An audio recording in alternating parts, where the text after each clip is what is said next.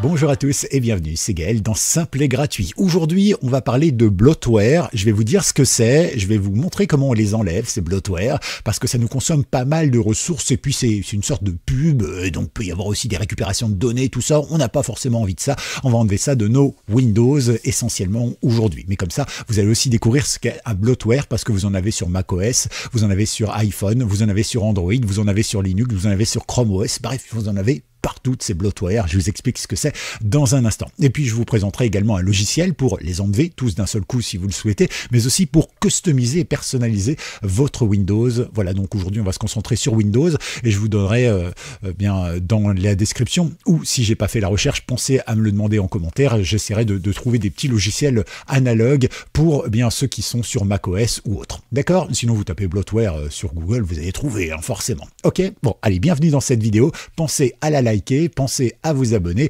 pensez à partager cette vidéo parce que c'est toujours pratique. Allez, on commence tout simplement avec ce petit bloatware. Qu'est-ce que c'est qu'un bloatware? Je vous montre par exemple, on clique ici par exemple sur le menu. Là.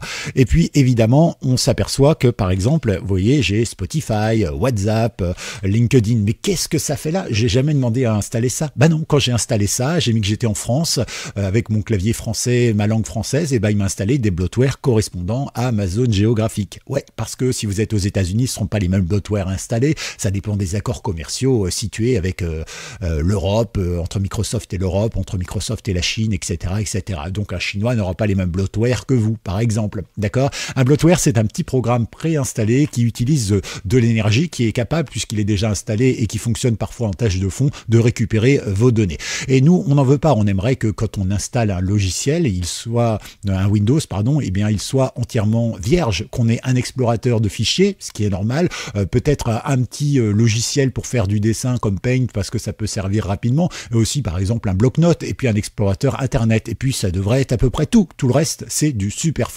Et en plus, quand c'est pas produit par Microsoft, finalement, vos données non seulement partent à Microsoft, mais ils partent aussi à Spotify, ils partent aussi à WhatsApp, etc., etc. Et ça, c'est pas forcément quelque chose que l'on veut. Donc, on peut enlever tout ça, qui sont des logiciels qui sont pas vraiment espions, mais bon, c'est des accords commerciaux entre Microsoft et autres. Et s'ils sont mis là-dessus, c'est pour leur faire de la pub et aussi pour récupérer vos données. Donc, comment on fait? Eh bien, c'est très simple. Pour les supprimer, on peut le faire un à un.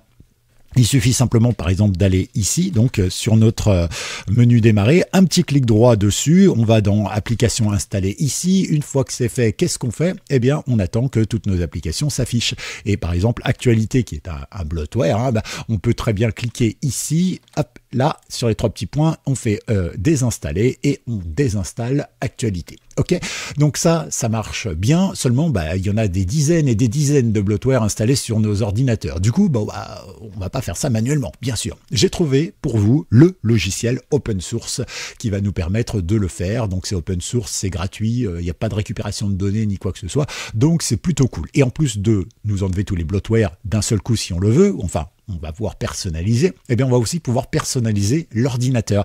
Et ça, c'est plutôt cool. Allez, on y va. Hop, je vous montre ce logiciel, il s'appelle Windows 11 Fixer. Voilà, vous avez comme d'habitude le lien dans la description.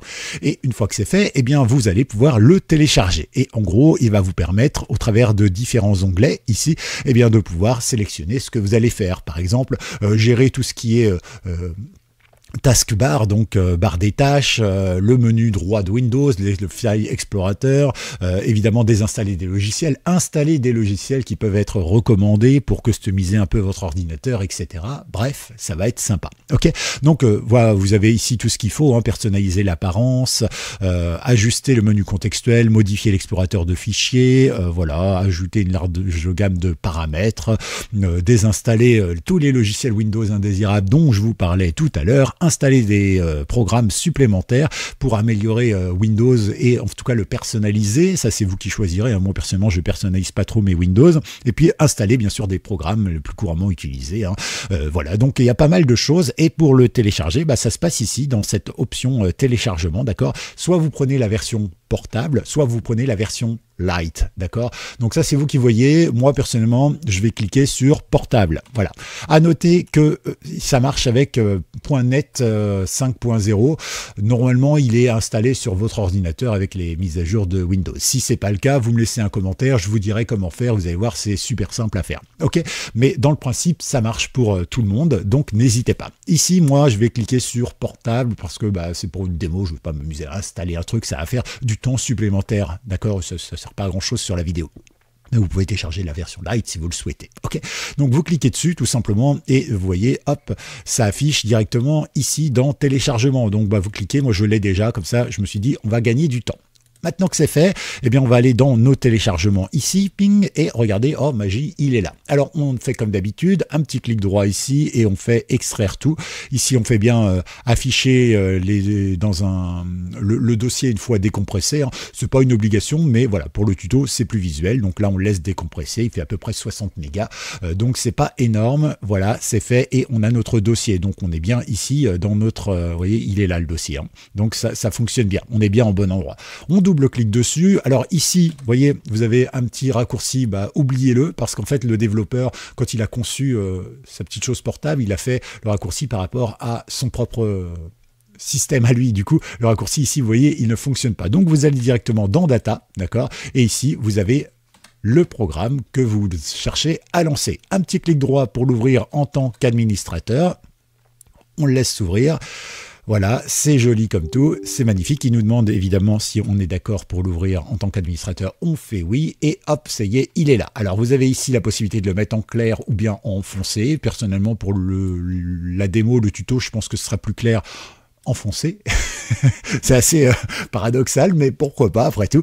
Et ici, on se retrouve avec notre logiciel et c'est fidèle à ce qu'on a vu tout à l'heure. Donc, effectivement, on peut changer les paramètres de notre taskbar. Est-ce qu'on peut avoir plutôt, vous savez, tout ça là, tous ces petits programmes et tout ça, c'est centré. Est-ce qu'on préférerait pas, par exemple, l'avoir plutôt à gauche, hein, parce que c'est plutôt sympa de l'avoir à gauche, comme les bons vieux Windows, avoir son petit menu démarrer ici à gauche, etc., etc. Eh bien, là, vous pouvez le changer, ou bien vous pouvez le laisser centré, ou vous mettez une note changer si vous le souhaitez. Pour la taille, c'est pareil, petit, gros, moyen, voilà, je vous laisse rechercher, cliquer, traduire si vous avez besoin. Le clic droit, vous vous souvenez de cette vidéo que je vous avais faite il y a quelques temps, hein, il n'y a pas si longtemps que ça, et c'est un petit logiciel tout simple qui en un clic vous permettait de récupérer le bon vieux clic droit, sympa et efficace comme on avait sur Windows 10, alors que sur Windows 11, ouais, vous savez comme moi que c'est super galère, hein, quand vous faites un clic droit quelque part, vous voyez, vous avez ça, et puis vous avez plus d'options que vous pouvez afficher ici, et là, encore d'un menu, bref, c'est une véritable catastrophe. Et beaucoup cherchent à le changer, vous pouvez le changer automatiquement ici, voilà. Ensuite, vous pouvez changer tout plein de trucs. Et puis ici, vous pouvez aussi gérer ce qu'on appelle le layout, hein, donc le menu démarrer, voilà, qui sera un peu différent. Voilà, vous choisissez comme vous voulez. Ok. Vous avez le Windows Setting ici, possibilité de configurer Windows avec des permissions, avec pas mal de choses. Comme ça, vous allez pouvoir gérer effectivement tout comme vous le souhaitez. Et ça, c'est plutôt cool. Et regardez, il y a un petit ascenseur ici, comme on dit. Et donc, il y a une scroll bar en anglais. Et donc, vous allez pouvoir effectivement voir plein d'options, gérer le gaming, etc., etc. Et vous allez pouvoir faire plein de trucs. Ici, vous avez les fameux bloatware dont je vous parlais tout à l'heure. Hein. Qu'est-ce que vous pouvez enlever? Par exemple, vous voulez pas de Cortana, qui est l'intelligence artificielle de Windows, vous le dégagez. Ok, vous faites une install. Ici, par exemple, Microsoft Edge, vous en servez pas, vous faites une install. La Xbox Game Bar, vous faites une install également, vous dégagez. Surtout si vous n'avez pas de Xbox, etc., etc. Voilà. Et même si c'est un PC de travail, eh bien, vous allez voir que déjà, ça va vous faire de la place. Ça va augmenter la rapidité de votre machine. Alors, ce sera peut-être pas forcément super perceptible, hein, comme de passer d'une Fuego à une Formule 1, mais voilà, dans le principe, vous pourrez quand même avoir un système aussi un peu plus fiable.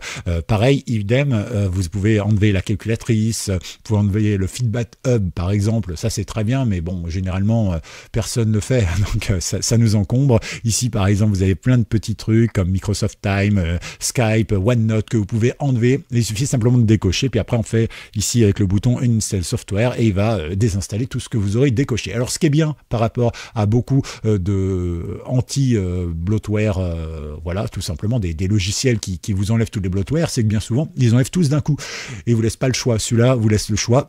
Donc c'est plutôt cool. Et enfin, dernière chose, vous pouvez ici sélectionner des logiciels que vous pourriez vouloir installer, par exemple. Par exemple, Start All Back, c'est un petit peu pour configurer, pour customiser. D'ailleurs, on peut cliquer dessus. Si vous cliquez dessus, hop, vous avez une aide qui arrive automatiquement. Et là, vous avez la version gratuite et puis la version payante, parce que vous avez certains logiciels qui effectivement sont payants et d'autres sont gratuits. Vous avez la possibilité d'installer Start 11, etc., etc. Et alors là où c'est intéressant, vous voyez, vous avez ici des outils de nettoyage, de maintenance et tout ça, comme Malbitware, qui est pas mal du tout, Malwarebit, pardon, CCleaner, Spacey, etc. Donc vous en avez pas mal. D'ailleurs, on fera une vidéo sur Spacey ou sur Windirsat aussi, qui sont vraiment bien. D'ailleurs, Windirsat, il me semble que quelqu'un l'a cité il y a pas longtemps. C'est vrai, Crystal Disk Info, j'avais fait une vidéo, elle est là. Voilà, comme ça vous la retrouvez. Mais ce qui est bien, c'est que vous pouvez installer des logiciels qui sont plutôt sympathiques, comme Mozilla directement, d'accord. Vous pouvez installer Google Chrome au choix, Opera, voilà. Vous pouvez installer Spotify. Du coup, est-ce que ça vaut la peine de l'avoir dégagé ici pour l'installer là? Peu importe, Amazon Music, iTunes, le pack Office ou pas, voilà. Il y a vraiment plein de petits trucs. C'est pas le meilleur outil du monde dans le sens où il va pas changer votre vie.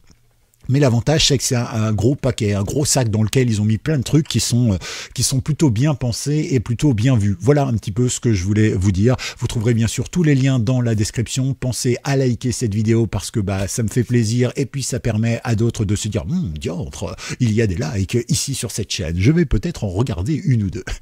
D'ailleurs, j'ai remarqué, parce que YouTube me donne les infos, certaines infos, pas des infos spéciales sur vous, mais il me dit par exemple que la majorité des gens qui cliquent sur mes vidéos, c'est parce que ça apparaît en page d'accueil. Donc, c'est-à-dire que ce ne sont pas des gens qui recherchent, tiens, comment on fait ça, simple, gratuit, etc. Donc, visiblement, ce sont des gens qui, en fait, c'est par opportunité, ils voient ça, ils cliquent dessus.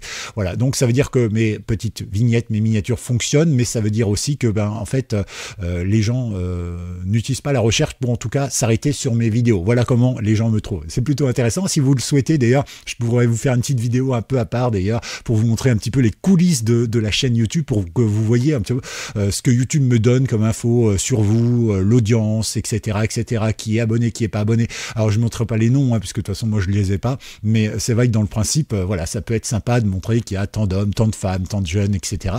C'est ce que YouTube recueille comme données personnelles sur vous, et donc voilà. Moi, je pense que ça peut être sympa aussi. Si ça vous plaît, pareil, vous laissez un commentaire dans la vidéo. Allez, nous, on se retrouve très bientôt pour une nouvelle vidéo, ici même, sur Simple et Gratuit. C'était Gaël. Ciao.